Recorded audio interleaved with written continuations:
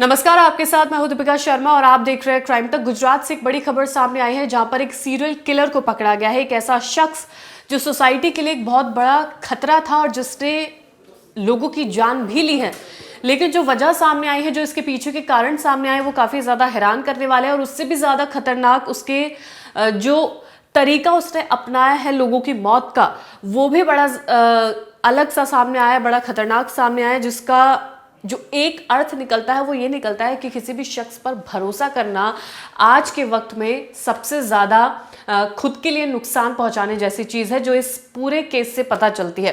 तो गुजरात के वेरावल का ये पूरा मामला है जहां पर एक शख्स एक प्राइवेट हॉस्पिटल में काम करता था। उसका नाम है श्याम। सिर्फ 24 साल का है, महज 24 साल इसकी उम्र है, जिस उम्र में इसको खिताब मिला है एक सीरियल किलर का। वेरावल की हुडको सोसाइटी में एक भावना बहन नाम की महिला की मौत हो जाती है, जिसके बाद से उसे सरकारी हॉस्पिटल में ले जाया जाता है। उसका पोस्टमार्टम कराया जाता है। जांच के लिए पुलिस भी हॉस्पिटल पहुंचती है और फिर लाश को देखकर पुलिस को कुछ आशंकाएं होती है और आशंका यकीन में बदल जाती है, क्योंकि जब चीज़ों का पता चलता है, जब खुलासे होते हैं, तो उसमें जो सच सामने आता है वो कहीं ना कहीं दर्शाता है कि ये मामला कोई नेचुरल डेथ का नहीं है, बल्कि एक सोची समझी साजिश है।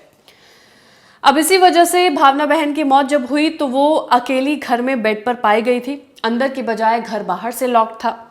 बेड पर खून की थोड़ी थोड़ी बूंदें थी, जिस कारण पुलिस को शक होता है। अंदर की बजाय जो दरवाज़ा है वो बाहर से लॉक्ड क्यों था? तो जाहिर सी बात है, किसी ना किसी साजिश को अंजाम दिया गया है और ये नेचुरल डेथ नहीं थी, इस बात का पुलिस को यकीन हो जाता है। अब मौत की जांच शुरू की जाती है तो पता चलता है कि भावना को वो थायराइड से ग्रस्त थी।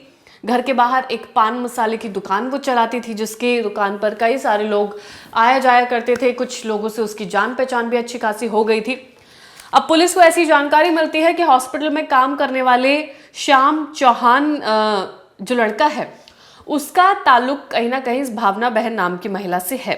फिर पुलिस ने श्याम की कुंडली निकाली तो पता चला कि उसी दिन वेरावल में IIFL नाम के बैंक में श्याम ने सोने की चेन को गिरवी रखा था और उसके बाद बैंक से पैसा लिया। तो पुलिस का शक और ज्यादा बढ़ जाता है कि अचानक से एक शख्स सोने की चेन को गिरवी रखता है, फिर पैसे लेता है। उसको इतने पैसों की जरूरत आखिर क्या पड़ती है, और वो चेन भी क्या उसकी थी या वो कहीं से लेकर आया? इन तमाम सवालों के जवाब पुलिस ढूंढ रही थी। अब पुलिस का शक यकीन में बदलने लगा और श्याम को पकड़ लिया गया। श्याम से पूछताछ की गई। पूछताछ में जब श्याम ने चीजें बताई तो पुलिस का भी माथा फिर जाता है, क्योंकि सच्चाई अब सामने आने लगती है। क्योंकि सीधा साधा दिखने वाला एक मासूम सा जो चेहरा था, इसके पीछे छुपा था एक सीरियल किलर जो लोगों को साइलेंट मौत दे रहा था। तो पहला किस्सा जो शुरू होता है वो ये है कि दिवाली के दिनों में श्याम ने अपने दोस्त की सोने की चेन पहनने के लिए उससे उधार ली थी और उस चेन को गुपचुप तरीके से वो बैंक में रखकर बैंक से पैसे लेता है और अपने शौक मौज में वो खर्च कर देता है। रुपए की भरपाई करने का वक्त आया। अब उसके दोस्त ने कहा कि जो उसने सोने की चेन ली है वो उसे वापस करे। उस चेन को वापस करने के लिए अब उसे वो पैसे बैंक को देने होंगे, ताकि बैंक उसे चेन वापस करे, ताकि वो चेन अपने दोस्त को वापस करे। अब उसे समझ नहीं आ रहा था कि वो पैसे कहाँ से लेकर आए। इसी के चलते श्याम जिस पान की दुकान पर अक्सर जाया करता था वो वहीं पर पहुंचता है। अब उसी जगह पर श्याम की जान पहचान भावना से होती है, वही भावना जो उस शॉप को चला रही होती है। भावना को एक दिन थायराइड टेस्ट कराना था और क्योंकि हॉस्पिटल में काम करता था तो इसको सारी चीजें आती थी। अब इसके लिए भावना ने श्याम को 8 बजे अपने शॉप पर बुलाया। श्याम ने बताया कि सैंपल्स लेने के लिए उसे इंजेक्शन उसके पास नहीं है जिसकी उसे ज़रूरत पड़ेगी, सैंपल्स रखने के लिए भी उसके पास बॉटल नहीं है। तो उसने कहा कि वो घर आएगा और सैंपल लेकर चला जाएगा। अब श्याम उसके घर पर सैंपल लेने के लिए पहुंचता है। दोपहर का वक्त था जब श्याम उसके घर पर पहुंचता है, लेकिन किसी कारण उसे कोई शख्स वहां पर नजर आता है, जिसकी वजह से वो वापस आ जाता है। अब श्याम के दिमाग में जो चीज़ चल रही थी वो ये चल रही थी कि जब भावना उस पान की दुकान पर बैठी थी तो उसके हाथ में एक रिंग थी और उसके गले में एक सोने की चेन थी। वहां से उसने दिमाग दौड़ाया और उस पूरी प्लानिंग को वो एग्जीक्यूट करने में जुटा हुआ था और इसके लिए उसने दोपहर का वक्त चुना, लेकिन वहां पर कोई शख्स मौजूद था। इसके बाद वो वापस आ जाता है और फिर वो दोबारा सैंपल लेने के लिए पहुंचता है और भावना के घर पर पहुंचता है जिस वक्त कोई भी वहां पर मौजूद नहीं था। फिर सैंपल लेने के बहाने वो भावना को एनेस्थीसिया का इंजेक्शन देता है। अब भावना ने पूछा कि ब्लड सैंपल लेने के लिए इस इंजेक्शन का क्या काम है, वो उसको इंजेक्ट क्यों किया जा रहा है। तब श्याम ने बोला कि एक नई टेक्निक है जिसकी लगाने के बाद से आपकी जो रिपोर्ट्स हैं वो और ज़्यादा क्लियर आएंगी और उससे पता चलेगा कि आपका थायराइड का जो लेवल है वो कितना पहुंच चुका है, यानी कि आसानी होगी रिपोर्ट्स में।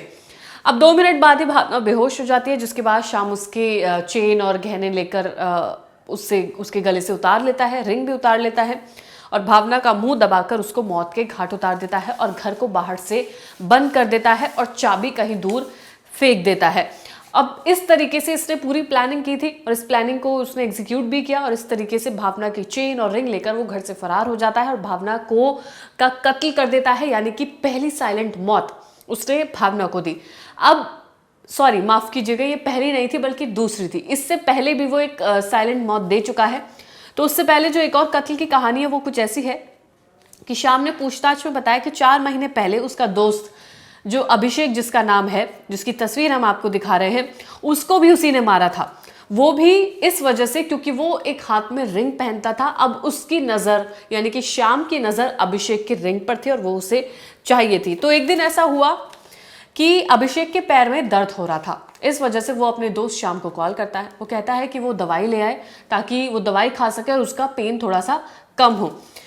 अब इस वजह से अभिषेक घर में अकेला था, जिसके कारण श्याम ने एक षड्यंत्र रचा। वो घर पर पहुंचता है और फिर उसे मॉर्फिन नाम की दवाई देता है। मॉर्फिन की 8 टैबलेट शाम के सोडे में मिलाकर वो उसे दे देता है, जिसके बाद शाम बेहोश हो जाता है। उसके बाद शाम ने अभिषेक का तक्की से गला दबाया और उसकी जान ले ली। तो ये थी पहली मौत जो उसने की थी 4 महीने पहले, और उसके बाद अब इसने एक महिला की मौत की। इसके बाद अभिषेक की रिंग वो हाथ से निकालता है।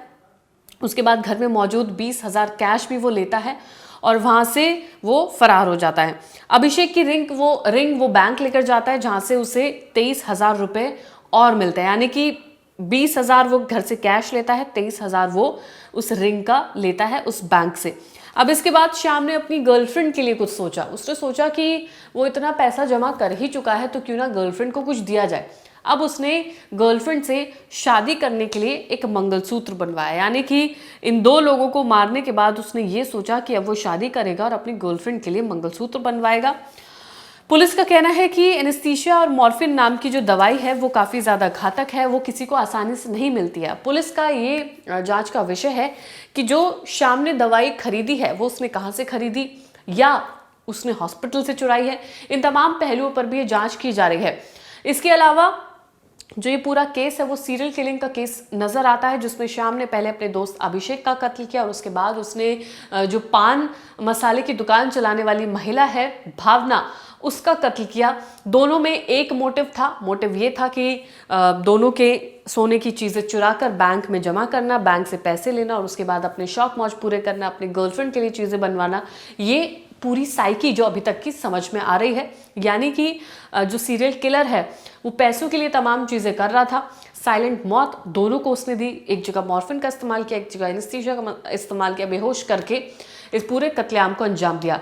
पुलिस का इस पूरे मामले में ये कहना है कि वो लगातार जांच कर रही है कि किस तरीके से उसने वो दवाइयाँ कहाँ से चुराई है या कहाँ से खरीदी है, उस पर भी जांच की जा रही है।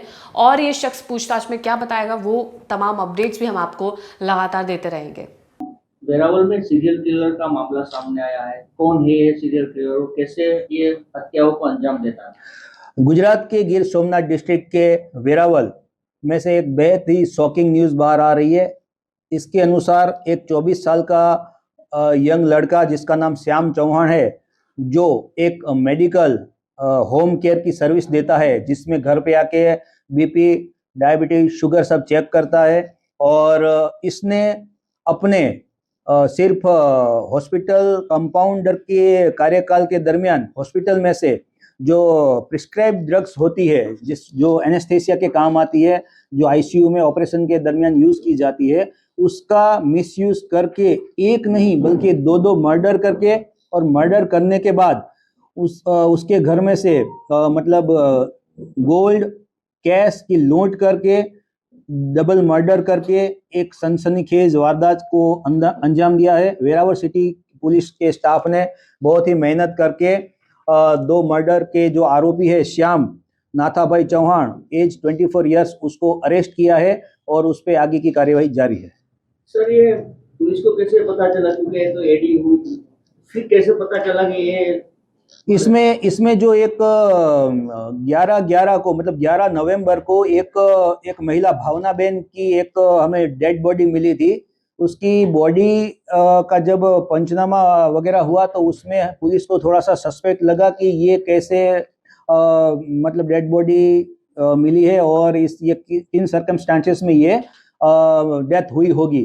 तो उसकी तफ्तीश में हमें हमारी टीम वेरावल सिटी के दोनों हमारे जो पुलिस के जवान हैं उन्होंने काफ़ी अच्छी मेहनत की और वो मतलब इसकी तह तक गए और उन लोगों ने काफ़ी सर्च किया और उनको पहले से ही हमें ये थोड़ा सा डाउटफुल लग रहा था कि जिस सर्कमस्टांसेस में ये डेड बॉडी हमें मिली है उसमें कुछ ना कुछ हो सकता है। बाद में आगे इन्वेस्टिगेशन करके हमें पता चला कि ये श्याम नाम का लड़का वो 11 से 12 बजे के अरसे में यहाँ पे आया था और उसके बाद ये महिला बाहर दिखी नहीं है। तो उसके इन्वेस्टिगेशन के दरमियान हमें ये पूरी मॉडस ऑपरेंडी पता चली